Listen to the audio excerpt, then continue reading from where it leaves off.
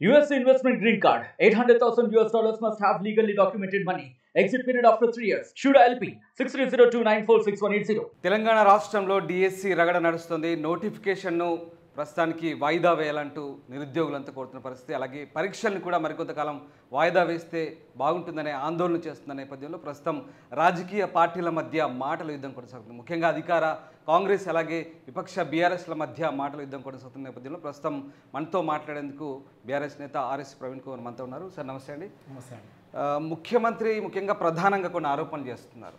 ఎప్పుడైతే BRS party బలహీనపడిందో, BRS party పుంజుకోని పరిస్థితిలో లేనప్పుడు నిరుద్యోగుల భావోద్వేగాలతో ఆడుకుంటుంది. ఇట్లాంటి నిరుద్యోగులను రెచ్చగొట్టి ఇట్లాంటి కార్యక్రమాల ద్వారా పార్టీని మళ్ళీ పునర్నిర్మాణం చేసేందుకు ఇట్లాంటి కుట్ర చేస్తుంది అంటున్నారు. ముఖ్యమంత్రి ఎంత అజ్ఞానంతో మాట్లాడుతున్నది అనేది చాలా క్లియర్గా ఆయన ఇచ్చే స్టేట్మెంట్ల మీద ఆధారపడి చెప్పొచ్చండి.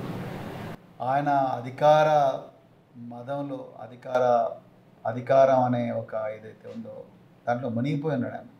అందుకొరకు ఆయనకు వేరే ప్రపంచం కనిపిస్తలేదు, అధికార ప్రపంచం కనిపిస్తుంది. బీఆర్ఎస్ పార్టీ బలహీనపడడం ఏంటండి?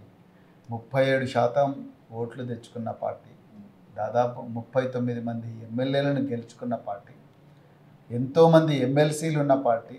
మొన్నటి వరకు ఇప్పటికి కూడా చాలా మున్సిపాలిటీస్ బీఆర్ఎస్ చేతిలోనే ఉన్నాయి. చాలామంది 80% ఆఫ్ ద కౌన్సిలర్స్ బీఆర్ఎస్ వాళ్ళే ఉన్నారు. ఇంత పెద్ద పార్టీ, 24 సంవత్సరాల ప్రస్థానం ఉన్న పార్టీ, అందులో 10 సంవత్సరాల అధికారం చెలాయించిన పార్టీ రాష్ట్రంలో, ఈ తెలంగాణకు ఒక బలమైన పునాదేసిన పార్టీ. ఇలా రేవంత్ రెడ్డి కూర్చునే ఆ సెక్రటరియట్ కట్టిన పార్టీ బీఆర్ఎస్ పార్టీ. ఆ పార్టీ బలహీనపడు అంటే రేవంత్ రెడ్డి బుద్ధి బలహీనమైంది. అందుకొరకే ఆయన ఈ విధంగా మాట్లాడుతారు. ఇంకొక ప్రధాన ఆరోపణ చేశారు. ముఖ్యంగా కోచింగ్ సెంటర్ల మాఫియా 100 కోట్లు సంపాదించేందుకే ఈ కుట్ర అంతా చేస్తుంది. దాని వెనుక ప్రధానంగా బీఆర్ఎస్ వాళ్ళు ఉన్నారు, వెనకాల ఉండి ఇదంతా నడిపిస్తున్నారు అంటున్నారు. ఇప్పుడు రాజకీయం అంటే అధికారం వల్ల వ్యాపారం అంటే రియల్ ఎస్టేటు, అంటే సర్వే నెంబర్లు, కబ్జాలు, జీవోలు, దొంగ రికార్డులు. ఇది తెలిసిన వ్యక్తులు మాట్లాడే మాటలు ఎప్పుడు అట్లనే ఉంటాయి. నేను ఓపెన్ చెప్తాను. బ్లాక్ మెయిలింగ్, ఇవి తెలిసిన వ్యక్తులు మాట్లాడే మాటలు అట్లనే ఉంటాయి. లేదు, ఒక రాజకీయం అంటే జనాల జీవితాలను మార్చడం, ఒక ప్రాంతం యొక్క భవిష్యత్తును మార్చడం, ఒక ప్రాంతాన్ని దేశంలో గొప్పగా నిలబెట్టడం, అదే రాజకీయం అని తెలిస్తే ఆ వ్యక్తులు మాట్లాడే మాటలు వేరే ఉంటాయి. ఇలా ముఖ్యమంత్రి గారు నిన్న చాలా బాధ్యతారాహిత్యంగా మాట్లాడారు. ఇలా కోచింగ్ సెంటర్ల మాఫియా అంటున్నాడు. ఏ కోచింగ్ సెంటర్? ఆయన ఎప్పుడైనా ఎవరైనా చేసిన? ఆయనకి ఏమైనా కోచింగ్ సెంటర్ల గురించి తెలుసా? ఆయన కోచింగ్ సెంటర్లు ఎప్పుడైనా నడిపించుంటా? లేకపోతే కోచింగ్ సెంటర్ల టర్నోవర్ ఎంత ఉంటుందో చూసింటా? కోచింగ్ సెంటర్లకు ఎంతమంది తెలంగాణ నుంచి తెలంగాణ బిడ్డలు కోచింగ్ సెంటర్లో ఉంటారు? దిల్సునార్ల కోచింగ్ కానీ అశోక్నగర్లో కోచింగ్ సెంటర్లకు వాళ్ళకి ఏమొస్తాయి? ఈ డిఎస్సి అభ్యర్థులు పోయే కోచింగ్ సెంటర్ వాళ్ళు ఇచ్చే డబ్బులు ఎంత ఉన్నో తెలుసా ముఖ్యమంత్రి గారికి? తెలియదు. ఇలా తెలంగాణ బిడ్డల దగ్గర డబ్బులు లేక వీళ్ళు అశోక్ సార్ లాంటి వాళ్ళు ఆన్లైన్లో రూపాయనో, 2 రూపాయలు, 3 రూపాయలు మాకు ఇస్తే పర్వాలేదు, మా లెక్చర్లు వినండి అని చెప్పి ఆన్లైన్ కోచింగ్లు తీసుకొని ఇలా ఎగ్జామ్లు రాస్తున్నారు పిల్లలు. అశోక్ నగర్లో, దిల్సుఖ్నగర్, అక్కిపెట్ట లాంటి ఇళ్లల్లో రెంట్కుండి, లేకపోతే వర్కింగ్ మెన్ హాస్టల్ రెంట్కుండి స్టడీ హాల్స్కు ఒక్కొక్కరు ఒక్క కుర్చీ కోసం 500-1000 రూపాయలు రెంట్కి ఇచ్చి అక్కడ కూర్చుంటున్నారు. అవి లేనోళ్ళు ఏం చేస్తున్నారు? చిక్కడపల్లి సెంట్రల్ లైబ్రరీలో చెట్ల కింద ఆ కుర్చీలు వేసుకొని చదువుకుంటా ఉన్నారు. ఎప్పుడైనా ముఖ్యమంత్రి పోయిండా అశోక్ నగర్కు? ఎప్పుడైనా ముఖ్యమంత్రి దిల్సుఖ్నగర్ పోయిండా? ఎప్పుడైనా వీళ్ళతో మాట్లాడిండా? జీరో. ఆయన దగ్గర ఉండే రియాజ్ అని ఒక ఆయన కోచింగ్ సెంటర్ యజమాని, ఇవాళ గ్రంథాలయ సంస్థ చైర్మన్. ఆనాడు నిరుద్యోగులందరినీ రెచ్చగొట్టింది రియాజు బల్మూరు వెంకట్. రెచ్చగొట్టి వాళ్ళందరినీ రేవంత్ రెడ్డి వైపు తీసుకుపోయి వాళ్ళందరినీ ఆనాడు మాణికం ఠాక్రే, దాని తర్వాత దీపాదాస్ మున్షి, అదేవిధంగా బోసరాజు, అదేవిధంగా యోగేంద్ర యాదవ్, వీళ్ళందరి దగ్గరికి తీసుకుపోయి కాంగ్రెస్ పార్టీని అధికారంలో తీసుకురావాలని చెప్పేసి రెచ్చగొట్టి అమాయకమైన నిరుద్యోగ బిడ్డలందరినీ కూడా వాళ్ళ దగ్గర తీసుకుపోయి కేసీఆర్ మీద లేని విద్వేషాన్ని అంతా రగిలించి ఆ రోజు ప్రభుత్వానికి వ్యతిరేకంగా గ్రామీణ ప్రాంతాల్లో నిరుద్యోగులను తిప్పింది వీళ్ళే. మరి ఆ రోజు ఇదే రియాజ్ కోచింగ్ సెంటర్ నడిపిండుగా. మరి ఆయన అడగండి ఎన్ని 100 కోట్లు సంపాదించాడు.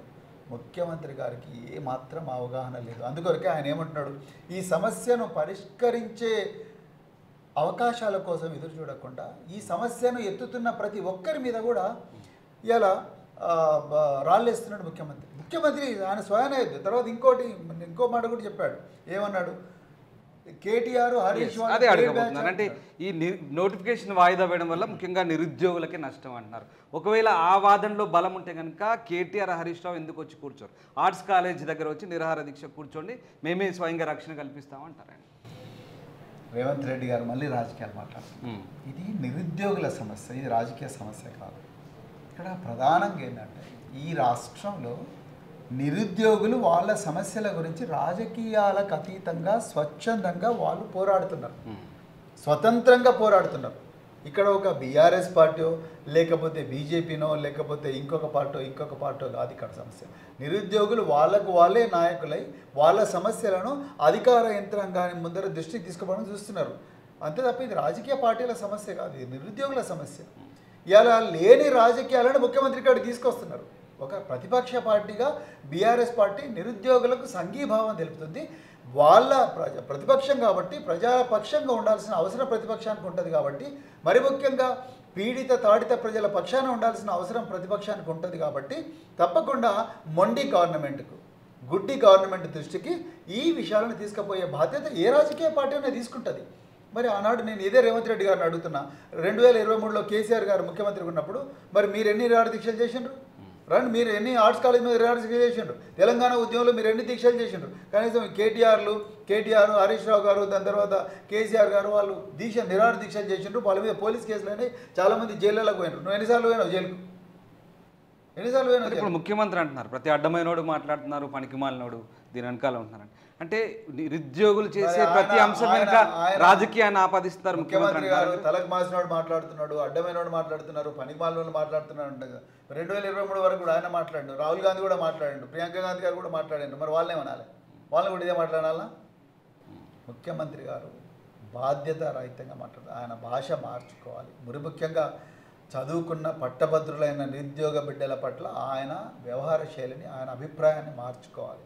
ఇక్కడ లేని రాజకీయాలను ముఖ్యమంత్రి తీసుకొస్తున్నారు. మేము ఎప్పుడు నిరుద్యోగులు చేస్తున్న ఈ మహా ఉద్యమాన్ని బీఆర్ఎస్ పార్టీ తన చేతుల్లోకి తీసుకోవాలని ఎప్పుడు అనుకోలేదు. కానీ ప్రతిపక్ష పార్టీగా ప్రజలు సమస్యలతో సతమతం అవుతున్నప్పుడు ఆ ప్రజా సమస్యలను ప్రభుత్వం దృష్టికి తీసుకుపోవాల్సిన బాధ్యత ప్రతిపక్ష పార్టీది ప్రజాస్వామ్యంలో. ఆ పని ఎవరున్నా చేయాల్సిందే, అంతే తప్ప మేం చేస్తుంటే. కానీ ముఖ్యమంత్రి గారు చెప్తుంది ఏంటంటే నోటిఫికేషన్ ఒకవేళ పరీక్షలు కూడా వాయిదా వేస్తే విద్యార్థులకి నష్టం. విద్యార్థుల ఒకవేళ ఆత్మహత్యలకు చావులకు కారకులు అయితే కనుక వాళ్ళ శవాలపై రాజకీయాలు చేయాలనుకుంటుంది బీఆర్ఎస్ అంటున్నారు. పైపెచ్చు మాకే లాభము వాయిదా వేస్తే కనుక ఒకవేళ తొందరగా అయితే మళ్ళీ అది అయిన తర్వాత ఇంకొక నోటిఫికేషన్కి మళ్ళీ ప్రిపేర్ అయ్యే అవకాశం ఉంటుంది కదా అంటారు నిరుద్యోగులు. ముఖ్యమంత్రి గారికి ప్రధానంగా ఆయనకు అవగాహన లేదు ఈ ప్రభుత్వం ఎట్లా నడుస్తుంది దాని మీద.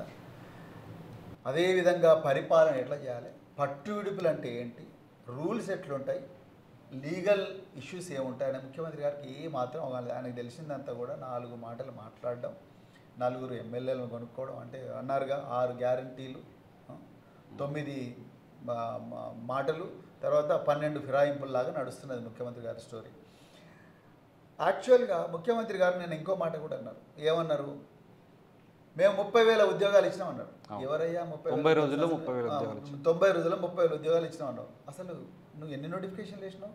2 నోటిఫికేషన్లు వేసినావు. ఏంటి? ఒకటి డిఎస్సి నోటిఫికేషన్, గ్రూప్ 1 మళ్ళీ పాతదే, దానికి 60 పోస్టులు కలిపి నోటిఫికేషన్ ఇచ్చినావు. రైట్? తిప్పి కొడితే నువ్వు ఇచ్చిన నోటిఫికేషన్ 6,063 ఉద్యోగాలు ఇచ్చినావు. కరెక్ట్? మిగతా నువ్వు అంటున్న 30,000 ఆనాడు కేసీఆర్ గారు ఇచ్చినవే కదా. వాటి ఎగ్జామ్స్ అయిపోయి సెలక్షన్ అయిపోయి మెరిట్ లిస్టు నీ ప్రభుత్వంలో వచ్చింది, నియామకాలు నువ్వు ఇచ్చి ఎవరికో పుట్టిన బిడ్డను నా బిడ్డను నువ్వు క్లెయిమ్ చేస్తున్నావు. అది తప్పు. రెండవది, వాయిదాలు వేస్తే మాకెలా అయితే వాయిదాలు వేస్తే ఎవరు వాళ్ళు వాయిదాలు ఎందుకోసం అడుగుతున్నారు? వాళ్ళు నిరంతరం వాయిదా ఏమంటున్నారండి? 1 నెల వాయిదా ఏమంటున్నారు. టెట్ సిలబస్ వేరే, డిఎస్సి సిలబస్ వేరే. మేము ఇవి 2 కోపప్ కాలేము, మాకు చాలా ఎగ్జామ్స్ ఉన్నాయి, అన్నీ ఒకటేసారి వచ్చి పడ్డాయి, అందుకు 1 నెల వాయిదా ఏమంటున్నారు.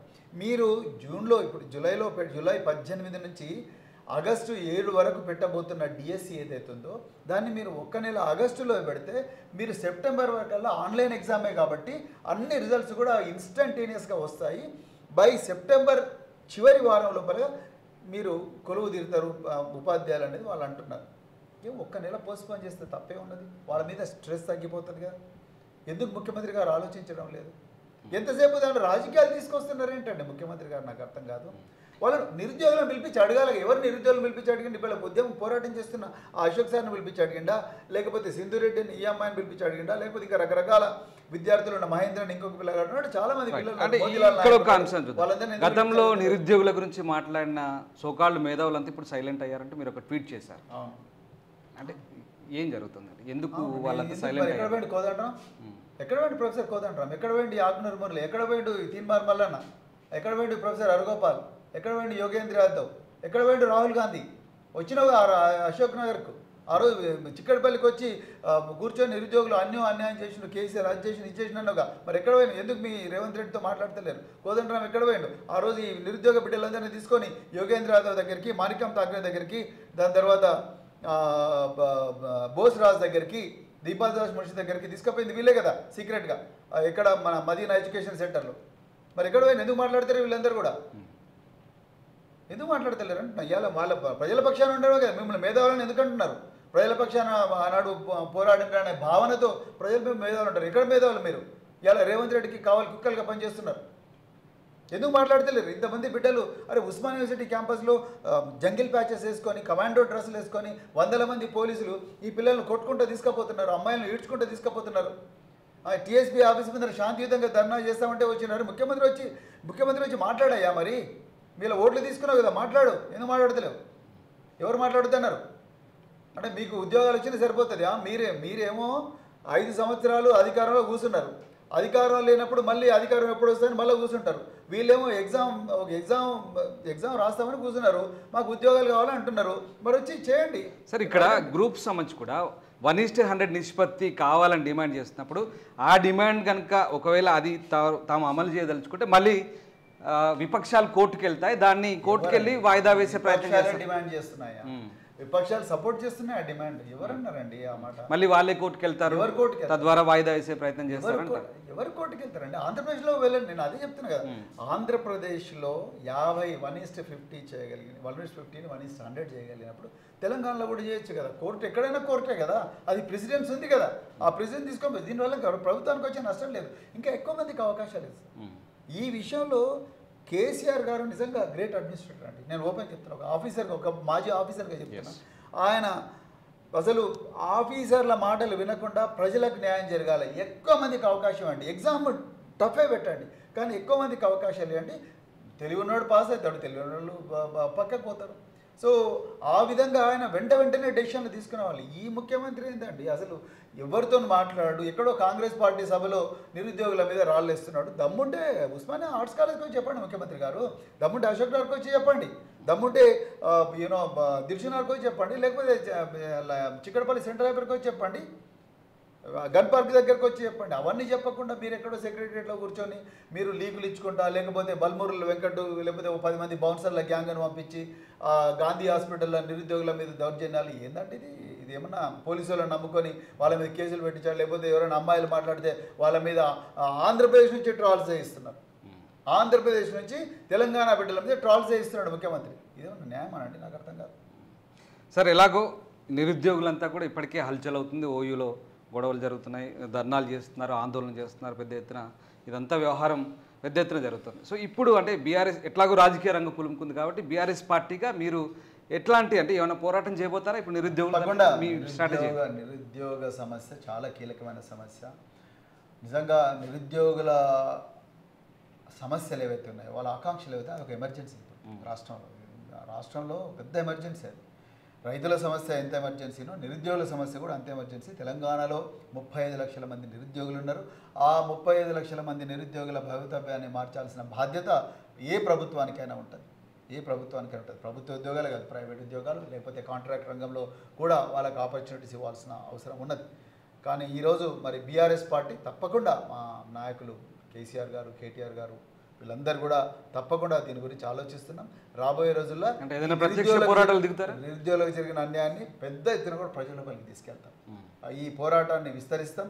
అదేవిధంగా నిరుద్యోగుల బిడ్డలకు న్యాయం జరిగే విధంగా వాళ్ళకు సంఘీభావంగా, వాళ్ళ ఉద్యమాన్ని మా చేతిలోకి తీసుకోమండి, నిరుద్యోగుల ఉద్యమాన్ని, కానీ వాళ్ళకు సంఘీభావంగా వాళ్ళ డిమాండ్లకు మరింత బలం చేకూర్చే విధంగా వాళ్ళ ఆకాంక్షలు, వాళ్ళ ఆకలి కేకలు, వాళ్ళ ఆక్రందనలు ఈ మొండి ప్రభుత్వానికి వినిపించే విధంగా ఈ పోరాటాన్ని మరింత విస్తృతపరిచి గ్రామీణ ప్రాంతాల్లో కూడా తీసుకుపోతాం. తప్పకుండా బీఆర్ఎస్ పార్టీ ఎప్పటికైనా కూడా నిరుద్యోగుల పక్షాన ఉంటుంది. మీరు ఇంకో మాట చెప్తున్నా, గత 9 సంవత్సరాల్లో కేసీఆర్ ప్రభుత్వం మిగతా రాష్ట్రాలు చేయనంత గొప్ప సాహసం ఏం చేసిందంటే 1,60,000 ఉద్యోగాలు, 1,60,063 ఉద్యోగాలు కేసీఆర్ ప్రభుత్వం ఇచ్చింది. ఇవాళ ఈ ప్రభుత్వం 2 లక్షల ఉద్యోగాలు మొదటి సంవత్సరంలోనే ఇస్తామని చెప్పి 2 లక్షల ఉద్యోగాలు మొదటి సంవత్సరంలోనే ఇస్తామని చెప్పి ఇప్పటికీ కేవలం 6,000 ఉద్యోగాలు ఇచ్చారు. అందుకొరకు ఈ ప్రభుత్వం చేసిన పట్టపగడ్లి మోసం ఏదైతుందో ఆ మోసాన్ని ఎండగడుతూ ప్రజాబాహుల్యంలోకి నిరుద్యోగ సమస్యను తీసుకుపోవాలని మేము ఆలోచిస్తున్నాం. Right, thank you very much sir. ఇది మొత్తం మీద నిరుద్యోగుల సమస్యల గురించి ఖచ్చితంగా అవసరమైతే ప్రత్యక్ష పోరాటాలకు కూడా దిగేందుకు సిద్ధమని బీఆర్ఎస్ పార్టీ చెప్తుంది. ముఖ్యంగా ముఖ్యమంత్రి అవగాహన రాహిత్యంగా మాట్లాడుతున్నారు, చాలా బాధ్యత లేనితనంగా మాట్లాడుతున్నారంటూ బీఆర్ఎస్ నేత ఆర్ఎస్ ప్రవీణ్ కుమార్ ఆరోపిస్తున్న పరిస్థితి కనబడుతుంది. మొత్తం మీద ఖచ్చితంగా నిరుద్యోగుల పక్షాన నిలబడి తీరుతాం, పోరాడి తీరుతామంటూ ఆర్ఎస్ ప్రవీణ్ కుమార్ చెప్తున్నారు. కెమెరా పర్సన్ విజయ్తో రామ్, RTV న్యూస్. మరిన్ని వీడియోస్ కోసం ఛానల్ ని సబ్స్క్రైబ్ చేయండి, లేటెస్ట్ అప్డేట్స్ కోసం వాట్సాప్ ఛానల్ ని ఫాలో చేయండి అండ్ లింక్ డిస్క్రిప్షన్ లో ఉంది.